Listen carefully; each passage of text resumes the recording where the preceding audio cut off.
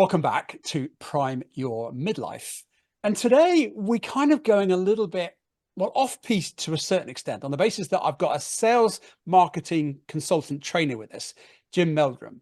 But we're going to talk about relationship success because I think that there's something similar between how you can pitch yourself to a potential relationship mate and how we can use the subtle art of sales to become a person of interest and a person that is worth, well, not mating, but having a relationship with.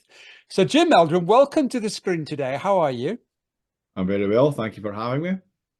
Now, I know you're feeling a little bit sort of, well, what right have I got to talk about relationship? But I'm here to pick your brains on selling because I think we all need to be good at selling in order to be able to become interested to a partner. Is that fair?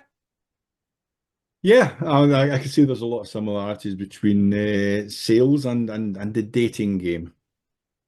So I'm going to take you through sort of the process of becoming single, perhaps, because we are men in midlife, so you might find yourself single for whatever reason, and then knowing that relationships are the thing that keep us living longer. I think we'd all agree that we'd like to live with a companion, so we might need to go and find another person, and we might be out of the technique of finding a relationship. So I'm going to take you through the gates. But before we get into that, Jim, it's my standard question. Midlife, do you think it is an opportunity for crisis or is it a reframing of mindset? Okay, good question. Can I say a bit of both? Of course. The crisis because it's that, oh my God, realization that we ain't getting any younger. It's also a mindset that is, what was it, the old, your age is only a number. You're only as young as you or old as you feel, you know. To me, the mindset changes when you realize, and it's a Jim Rohn thing, if you're aware of Jim Rohn, but Jim Rohn used to say, how you live your first half of your life does not dictate how you live your second half of your life. We can change. We're not basic creatures who have to fly south in the winter and da, da, da. So at the end of the day, we can change. So for me, it is that, oh my God, I'm not getting any younger, but the realization that yes, I can change things to be better in the second half of my life than to the first. And would you say that you're in a second period of life now in terms of making a change? Yeah, I'm very comfortable where I am now. I think we mentioned before we went on live that probably at 40 I had my crisis, if you wanted. It was that realization. It was I'm probably halfway along now. I better start doing something. So yeah, I'm now very comfortable where I am now.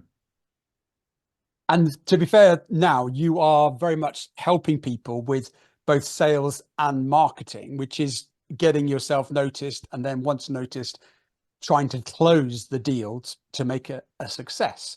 And could you just give us some gravitas or kudos as to why you think that you're good at doing that? Good at this one. A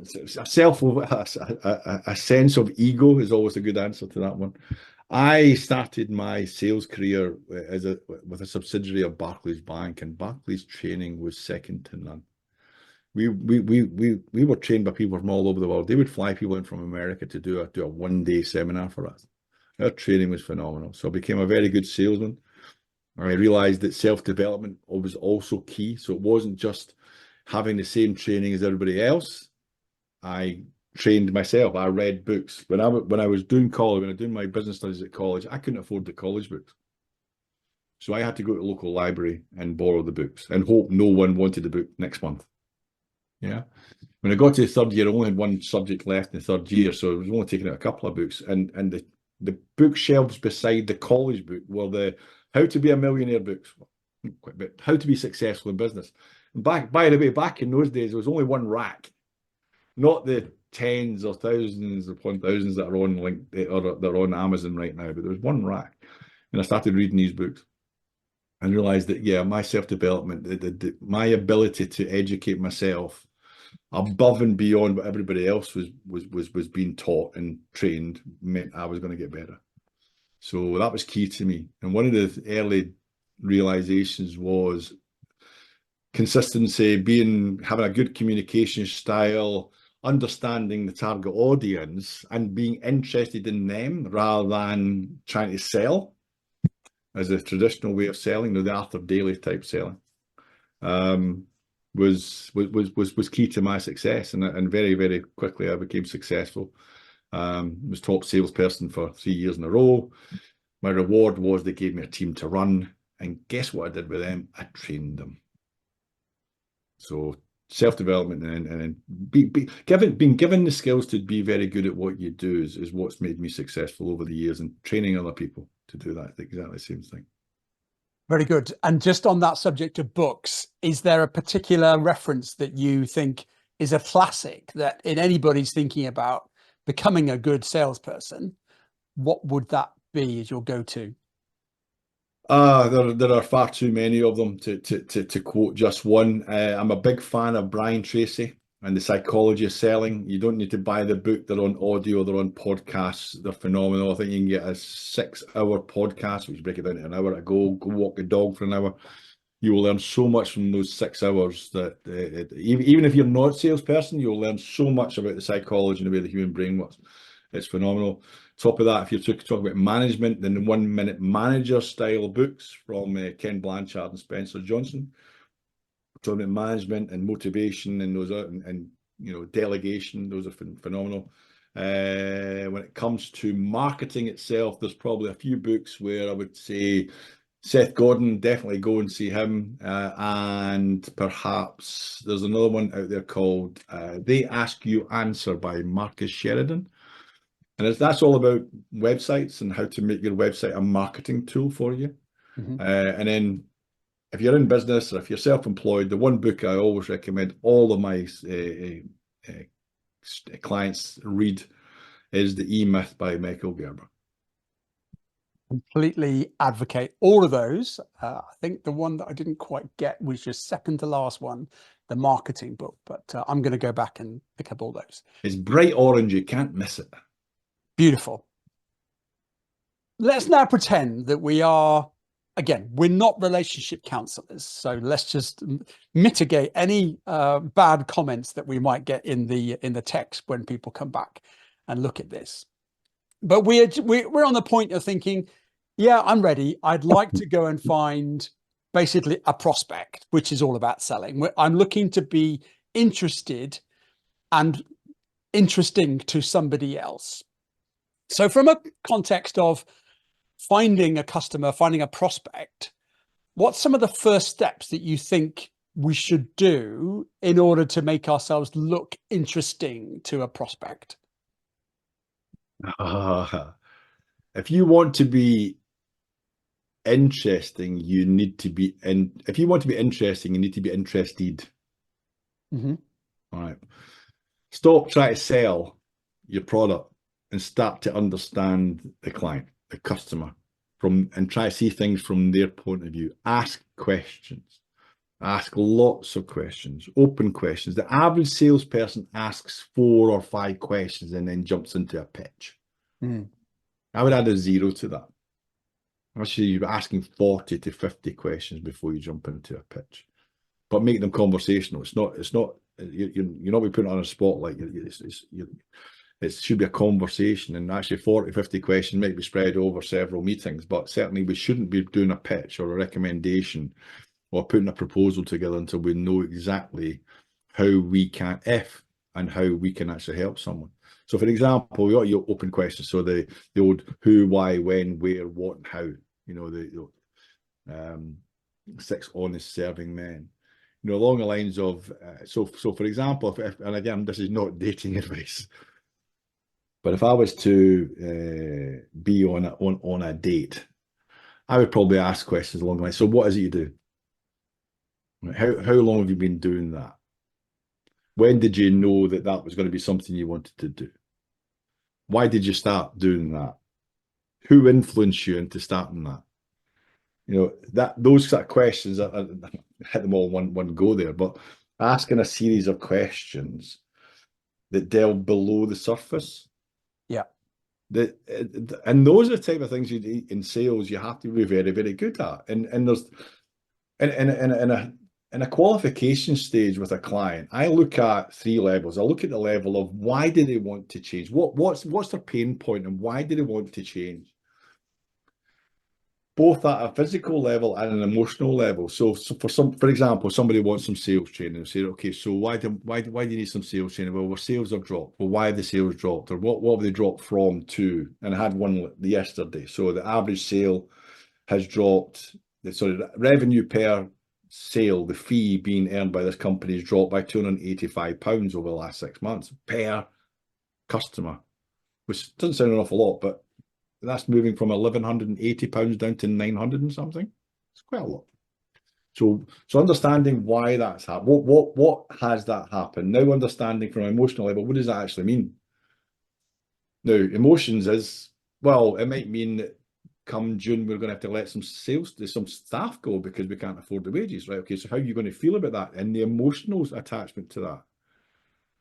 And sometimes we talk at surface level, we don't go to the emotional side of things. Mm-hmm. And then the third thing, which is pure sales, is not, we never ask budgets. We always ask, what's the cost of doing this versus the cost of not doing it? Mm-hmm. And once we've asked a series of questions, as I said, 40 questions would be probably about right. Then we can make a recommendation. So from a relationship point of view, it's not just asking, so what is it you do? Oh, that's good. This is what I do.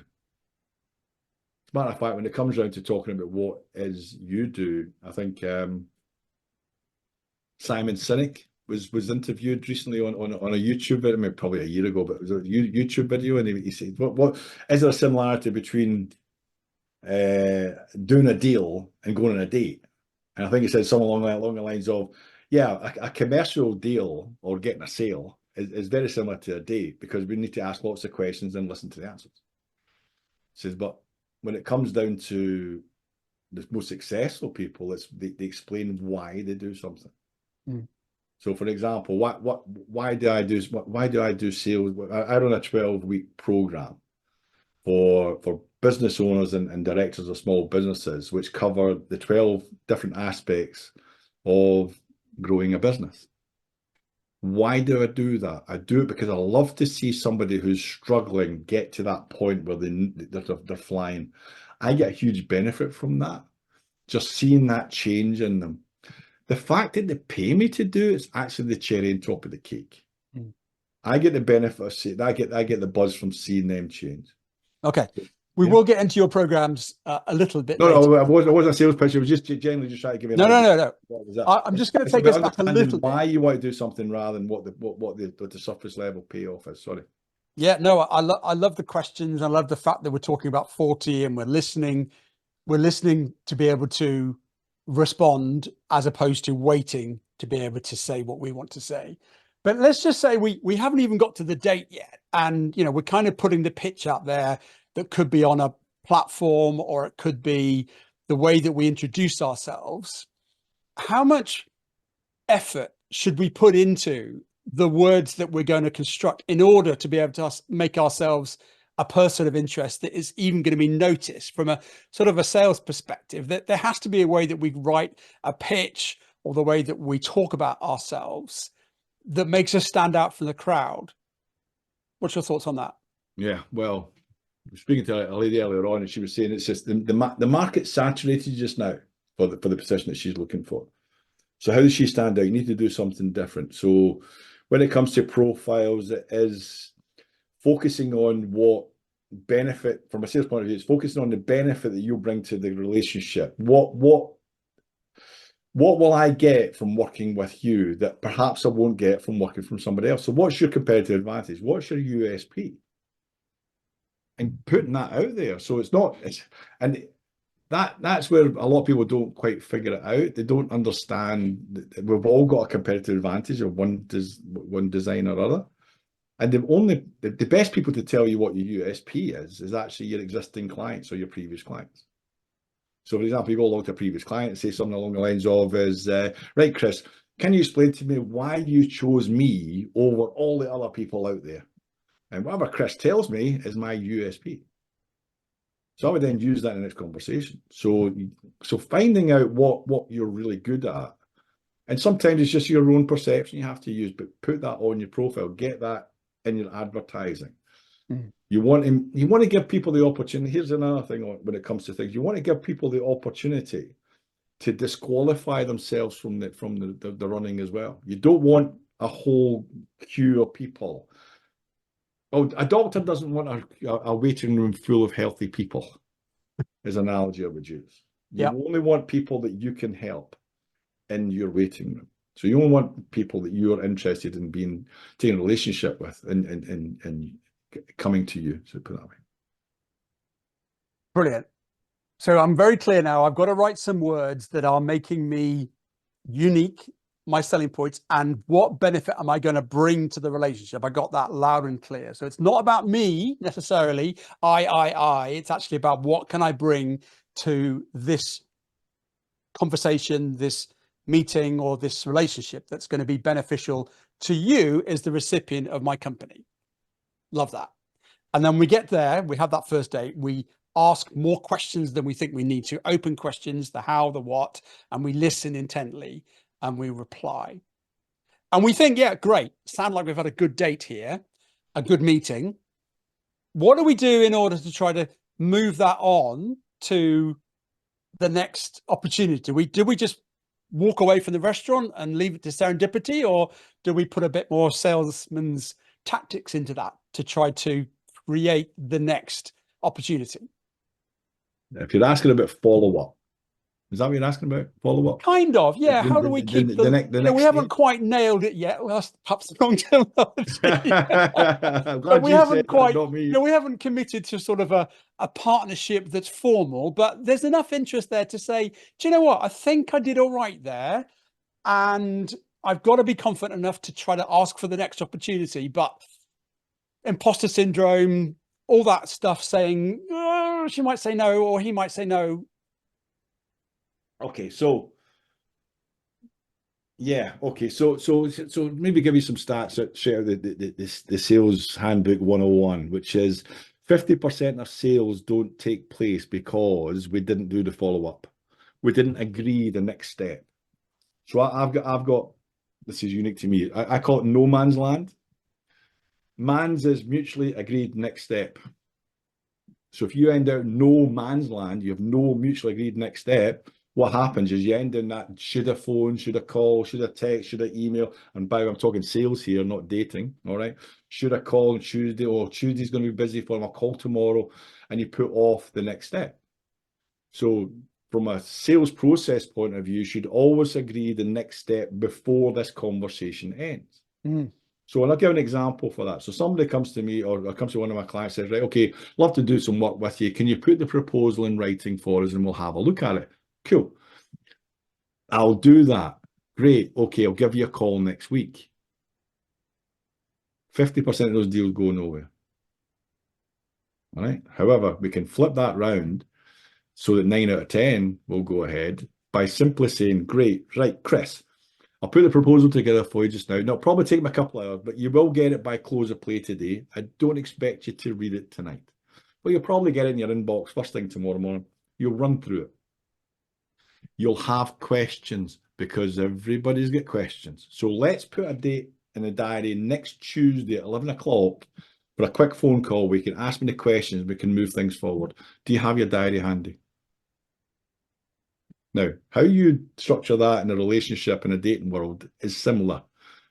Before you get to the end of it, before you get to the standing outside the restaurant, you ask for what happens next. You structure the mutually agreed next step.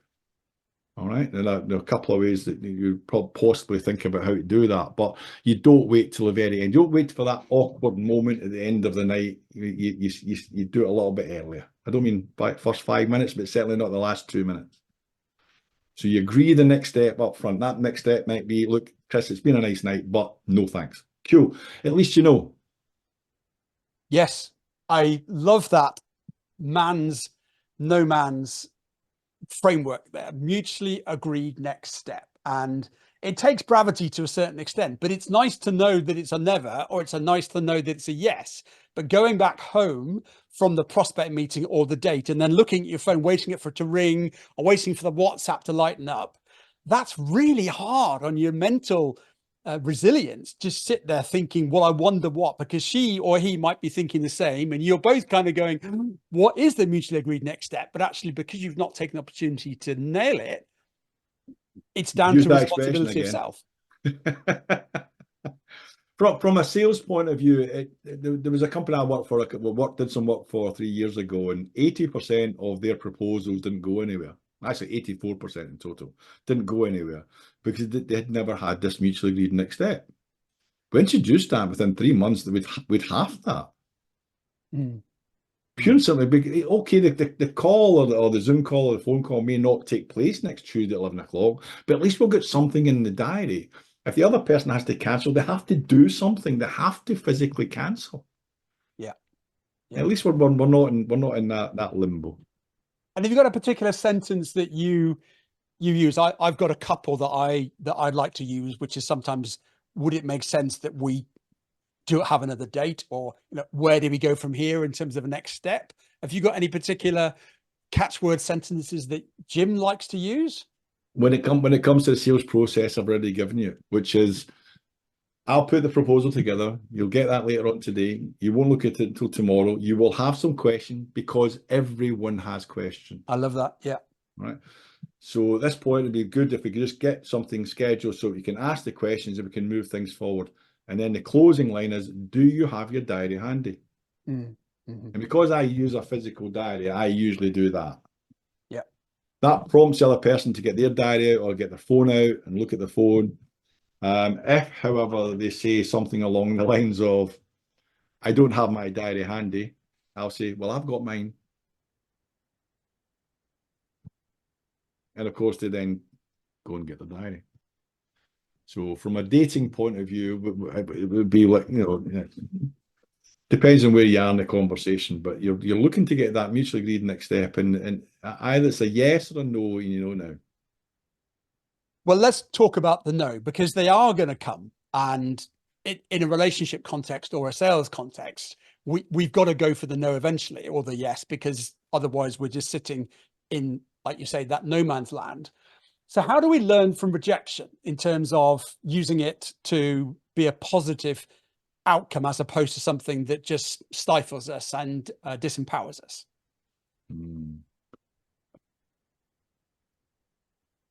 Handling a rejection is learned. We'll learn from a sales point of view. You have to learn. It's not the end of the world. You have to learn that there's other opportunities. You have to learn that the longer we spend mulling over all the reasons why we're not moving on to the next opportunity. Mm-hmm. So let go as quickly as you possibly can. As a young salesperson, well, anybody who starts in sales, they'll know they receive more no's than yeses in the early days. So you have to build a pretty thick skin pretty soon. Otherwise, change job, go work at McDonald's. If you cannot handle rejection, then find somewhere where you're never going to be rejected. It's a bit simple as that. So, is there any context from a no, though, that we can spend time on that would serve us to try to create the next yes? Yeah, and I suppose that comes down to, for example, if you went for a job interview and you didn't get the job, you would contact the recruiter and say, "Can you get me some feedback?" Mm. And you would learn from that feedback. It might have been, you were too forward, you were too shy, they were looking for this. And you find that, and so it is, if you can get feedback, then great. Because then you can learn from that. How often would you be sitting, and again, in sales point of view, when we ask people for feedback, I would say you with a 45-minute meeting, you spoke for 40 minutes. I spoke for 5. Mm. And those were me asking you questions. You asked nothing about me. You showed no interest in me whatsoever. So guess what? It's a one-sided relationship. Goodbye.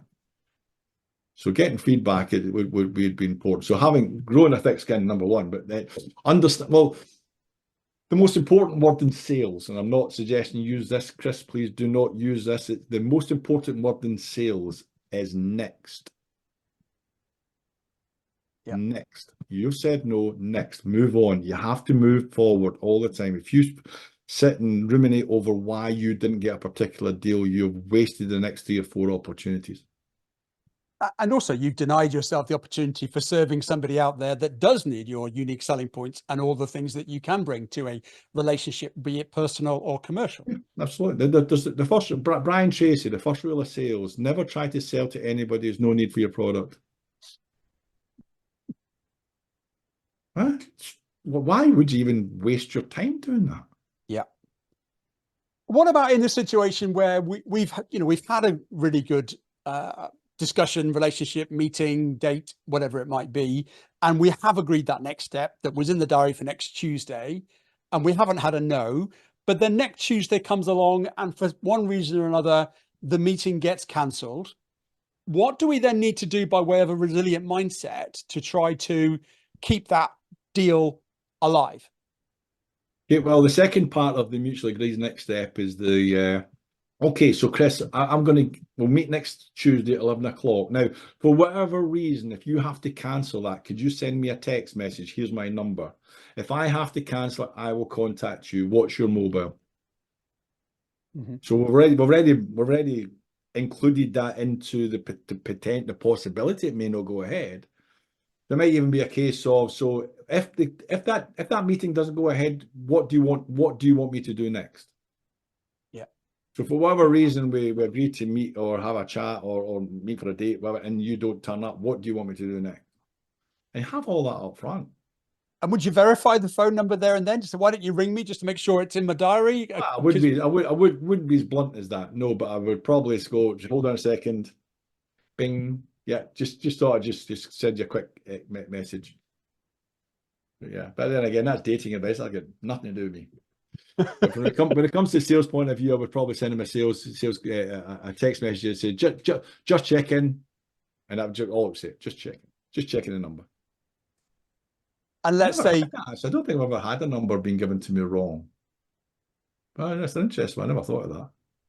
well, I can remember from my long distance past, ringing it and then ringing it and thinking, this number is just not the right number. I have definitely been sold down the river there. So yeah, the learning for me was, well, just verify the number actually is workable. Yeah, absolutely. That's good advice. Yeah. I'm going to add that now. I'm going to add that. Because hey, I want to find out quicker than later that actually I've already got to know, but they just can't tell me.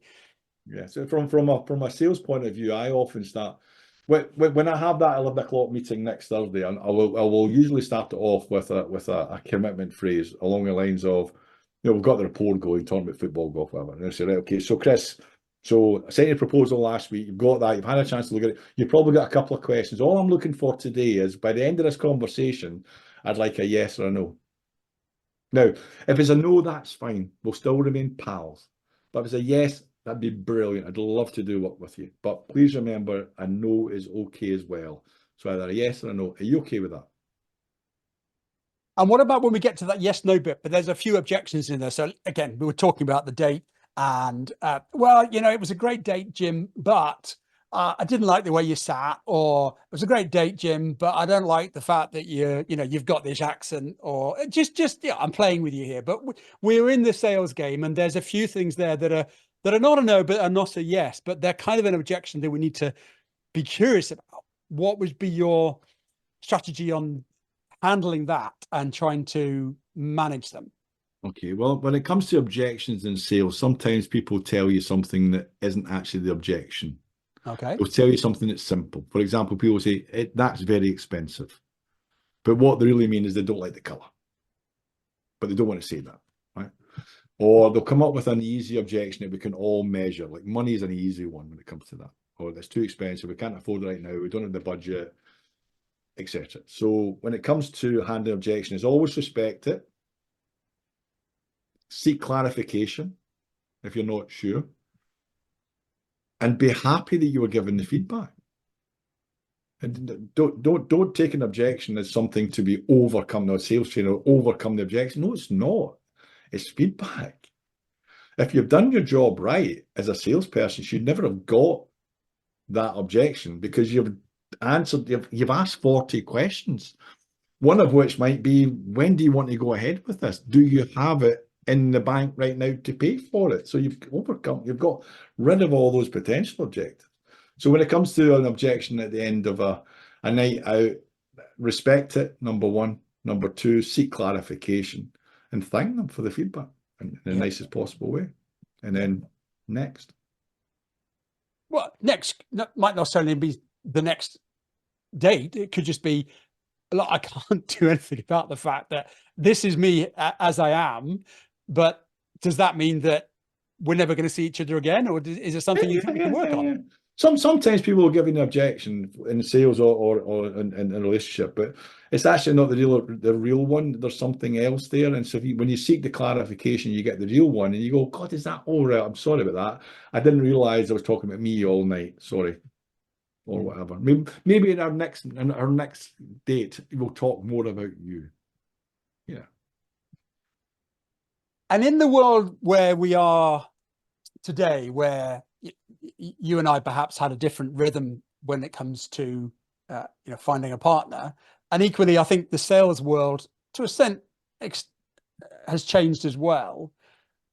Where do you think we're going wrong in terms of the whole marketing and selling piece with regard to internet or SEO or AI or LinkedIn, or just the modern tactics that we are all told to follow on Instagram or Facebook? What would be your slightly Victor Meldrum, I don't believe it? Well, Marcus Sheridan, They Ask You Answer is a fantastic book. I think answers that question, which is, in the modern world, information is key. The more information somebody can have or gather about you, the more they can agree to continue the conversation or not to engage with you in the first place. Yeah. So 70%, Marcus Sheridan will tell you, 70% of clients who approach him have been through his website. They've got all the answers, how it will work, what the price is, and they still contact him. So that means 70%, the people who contact him are more likely to say yes at the end. Whereas if you keep your prices, as an example, as a secret, or it's only the salespeople know these numbers, then when you get to the end of the sales presentation and the salesperson says that'll be £1,250 plus VAT, and the customer went, oh, that's more expensive than I thought, you've just lost a customer who was never a customer in the first place because they were only prepared to spend a few pounds. So the modern world is very much, well, do you do research before you have a date? Well, if you don't, I can guarantee your partner or your potential dinner date has. Yes. Right. And a good example was a survey I put out on LinkedIn just recently, which revealed that 3 out of 4 people will look at your LinkedIn profile before they meet you for a sales meeting. The other 1 out of 4 will meet you after the meeting to confirm everything you've said is true. There's only, out of 100 people, there's only 2 people who would never look at your LinkedIn profile. So I think having a profile, whether it's LinkedIn profile or whatever dating site you're on, which has honest information on it, not you jumping out airplanes and scuba diving and all that other stuff, but honest stuff on there will go a long way towards making the conversation at dinner or whatever far, far better. So we're going all the way back now to the start of the process, which is preparation for the meeting. And the tip there is that we have so much information now that's available to us, whether it be websites, LinkedIn, social media. Do the work and then use the work that you've done to help with that first meeting to show that you are interested already in the prospect. Yeah, but for goodness sake, don't take a clipboard. Tick. Right, check your phone. We've done that. Tick. It has to be natural. You know, it has to be come across. You have to be interested in it. The research gives you the information for which you then go off and find more information about to then bring that up in conversation. So, for example, one of the things that I do is a long story. I'm going to change his name because we're recording. So the chap I was doing some work with in the mid 80s, he ran car dealerships. He had 5 car dealerships back in the day when car dealerships, which 5 was a lot. I got a lot of business. I didn't get a lot. I didn't get all of it. I got about a quarter of the business that was available from this dealership. And I called it a Monday, a Wednesday, and a Friday. I went in on a Wednesday morning. I walked in, and the boss man was sitting in his office. I walked in. Chris, I didn't expect to see you in today. I thought it was your anniversary today. Without a word of a lie, he stood up, put his cigarette out, grabbed his jacket off the back of his chair, and left without saying a word. Thought, strange, never mind. On the Friday, I was going back in the showroom again, and I was walking through the showroom. He rattled on his glass wall, and he invited me in. So I came in, and he said, "Thank Christ you came in on Wednesday. I forgot it was my anniversary." I said, "What happened?" He says, "I went into Glasgow. I went into the Argyle Arcade, which is all jewellery stores. I bought the biggest necklace I could find. I went into R.S. McCall, which is the John Menzies and therefore W.H. Smith's of his day. Bought a lovely big card, and he had a mobile phone, so and he called a local big hotel, and he booked a suite and dinner, bread and breakfast. He went home and he said to his wife, says, "I bet you thought I'd forgotten about your anniversary. Well, here you are, darling. I could only pick this up this morning. And by the way, pack a bag. We're going out for the night." He said, "You practically saved my marriage." Now, I get all his business from that moment on, right? But he said to me, "How did you know it was my anniversary?" I says, "Well, last year I was booking up. I've tried to book a meeting with you." He says, "I can't make that date. It's my anniversary." I just took a note of it. And before I come to see you, I read my notes from previous calls. Yeah. Simple. Well, it's simple. And there's so many fantastic tools out there to enable you to take that information and use it with power by way of CRM. And on that point, let's say we've now, we've won the customer, we've had the good date, and we're going into a rhythm now. And, my appreciation and congratulations to you for being married for 20 plus years. How do we keep it authentic, keen, and not give the customer a reason to look elsewhere? From a sales perspective, what are the touch points? What are the methodologies? What are the tactics to really create that great trusting relationship between prospect, client, and then now a customer that's going to never make them look over the fence? Yeah. Well, customers do change suppliers all the time. Usually the suppliers let them down in some way. Usually it's not usually someone else has come in and gives a better product. It's usually the incumbent has let them down. Mm-hmm. So don't let your partner down. Remember that you and they have changed over the last 20 years. You and they have changed since you first met. You understanding what my client needs now is going to be different from what they wanted or needed last year. Now we've overcome this problem. They've now got a new problem, so we now need to solve that. Or someone else will come in and solve it for them. So keeping it fresh is make sure you're checking in every now and again to make sure you're still on track. And again, going back to make sure you keep interested. And it might be, you have date night or whatever people do, and you have that night where you don't do anything else other than that. And it is just you two, no TV, no kids. And when it comes to a business point of view, it's just making sure that when changes happen, you're usually the first or the second person that sees it, and you don't wait or ignore it. I'm capturing a few C's there. Change happens, and maybe complacency sets in, which is never a good tactic. I'm just curious if Mrs. Meldrum is going to watch this back and say, "So when are we going on the date night then, Jim?" Well, my wife and I go away on a regular basis. We were away. We went off for the weekend there. We were in Edinburgh. There may have been a rugby game on. I'm not sure. My wife and I went. I mean, my wife had a white top on, and I had obviously a Scotland top on. So my wife's English, so we the weekend in Edinburgh. So, is there anything else you'd like to share today, just about the whole process of becoming a person that's unknown, has no possible opportunity to get into a relationship, whether it be sales or a companion, that you would just like to share to make sure that people don't miss the opportunity to get some of your wisdom from the years that you've been practicing selling and training and enabling people to be better at it? I hear people saying it's a numbers game. No, ask 100 people, 3 will buy. We just don't know which 3 of the 100's got to ask all 100. That's old school thinking. All right. Why not all 100 would buy? Have an attitude of expectation. You expect to close the deal. Have that as your fundamental go-to. I expect it to be successful. The mindset, if you expect failure, failure will be the outcome. If you expect success, you get more chance of getting success.